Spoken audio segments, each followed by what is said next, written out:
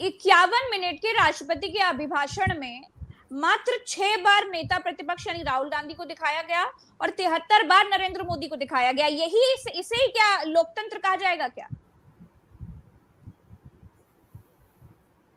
देखिए प्रज्ञा जी, लोकतंत्र किस रूप में है वो देश की जनता देख रही है।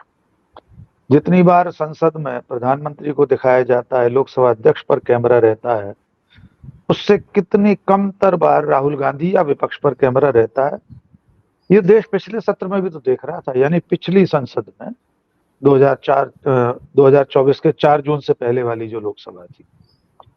यही वजह है कि इस बार जनता ने सरकार पर अंकुश लगाने के लिए पर्याप्त और समुचित संख्या में विपक्ष को वहां भेजा है। जनता को ऐसा लगा होगा कि एक सबल प्रतिपक्ष जब सदन में होगा तो सरकार शायद अपनी मनमर्जी मनमानी नहीं चला पाएगी, नहीं चलाएगी। जनादेश में जो संकेत और जो संदेश छुपा है उसे पढ़ने की कोशिश माननीय नरेंद्र मोदी करेंगे और उनके सभापति करेंगे। लेकिन सिर्फ 4 दिन में यह साबित हो गया है कि वे जनादेश में बिटवीन द लाइंस लिखे हुए संदेश को पढ़ना नहीं चाहते। जनता ने पंक्तियों के बीच में साफ लिखा है, उसकी लिखावट बड़ी स्पष्ट है कि हमें कोई निरंकुश तानाशाही से भरा हुआ शासन नहीं चाहिए, हमें देश का ऐसा मुखिया नहीं चाहिए जो अपनी मर्जी से देश को और सदन को चलाए। हमें एक समरसतावादी, सद्भाव और सहयोग के साथ सरकार चलाने वाला मुखिया चाहिए और वैसी सरकार चाहिए। लेकिन शायद नरेंद्र मोदी को ऐसा लगा हो कि ये सिंधु घाटी सभ्यता की लिपि में लिखा हुआ संदेश है, इसलिए नरेंद्र मोदी उसे पढ़ नहीं पा रहे। यही वजह है कि संसद के सत्र के प्रारंभ में पहले दिन उन्होंने जिस तरह के विपक्ष को लेकर कटाक्ष किए कि विपक्ष ड्रामा करेगा, विपक्ष नखरे दिखाएगा, और उसके बाद सदन में आपातकाल को लेकर निंदा प्रस्ताव पारित करा लेना, और अब आज फिर से माइक को म्यूट करा देना। प्रेम जी ने कहा कि सभापति महोदय कह रहे हैं कि माइक का बटन उनके पास नहीं है, इसलिए वे बंद नहीं करते। बहुत अच्छी बात कही और हम सहमत हैं, लेकिन उनका खुद का बटन तो किसी और के पास है ना। माइक का बटन ओम बिरला के पास नहीं है, लेकिन ओम बिरला का रिमोट, ओम बिरला को चलाने वाला, कठपुतली की तरह रंगमंच पर नचाने वाली डोर और रिमोट तो किसी और के हाथ में है। इसलिए उन्हें बटन दबाने की जरूरत नहीं है नेता प्रतिपक्ष का माइक म्यूट करने के लिए। जो संसद टीवी में बैठे हुए कर्मचारी अधिकारी होंगे, जो पीसीआर एमसीआर में तैनात अमला होगा, उसको एक अंडरस्टैंडिंग है, उसको ये पता है कि कब उसे क्या करना है, कब विपक्ष पर से कैमरा हटा देना है, और इसके लिए कोई लिखित आदेश नहीं होते हैं। सुबह की जो ब्रीफिंग होती है, मलिक साहब, प्रेम जी और हम सब लोग चैनल हेड रहे हैं, हमने देखा है कि चैनलों में बैठकर जब दिन भर की कार्यवाही कामकाज की हम लोग दिशा निर्देश अपने साथियों को देते हैं या बातचीत करते हैं, प्लानिंग करते हैं, तो उसमें बता देते हैं कि आज रोड शो है शिवराज सिंह चौहान का, उसको लाइव कवर करना है, और फलाने को कमलनाथ का लाइव रोड शो है, उसको लाइव कवर नहीं करना है। हम नहीं बता देते, लेकिन अमूमन ऐसा सब जगह होता है। तो संसद टीवी में भी ऐसा होते रहोगा। इतनी थू के बाद अब तो कुछ सोचना चाहिए, मतलब शर्म लिहाज कुछ तो आंखों में पानी होता है सर।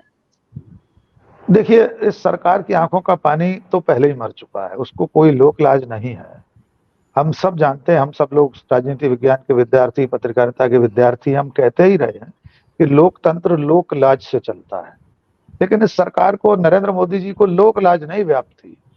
अगर लोक लाज व्याप्ति होती तो वे मणिपुर का उल्लेख भी कभी ना कभी करते, वे मणिपुर के जख्मों पर मरहम लगाने जाते, वे किसानों से बात करने जाते, वे बेरोजगारों से बात करते। उन्हें लोक लाज की चिंता नहीं है। अब आज के प्रकरण पर थोड़ा सा और विस्तार दे दें, प्रेम जी ने बहुत अच्छे से सारी बातें बता दी हैं।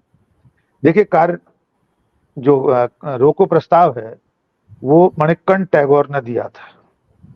2 और विपक्ष के नेता थे जिन लोगों ने चर्चा का प्रस्ताव दिया था। सरकार को क्या आफत आ जाती? आप मुझे बताइए, राहुल गांधी के भाषण में और विपक्ष के इन प्रस्तावों में क्या था? क्या ये कोई अविश्वास प्रस्ताव है?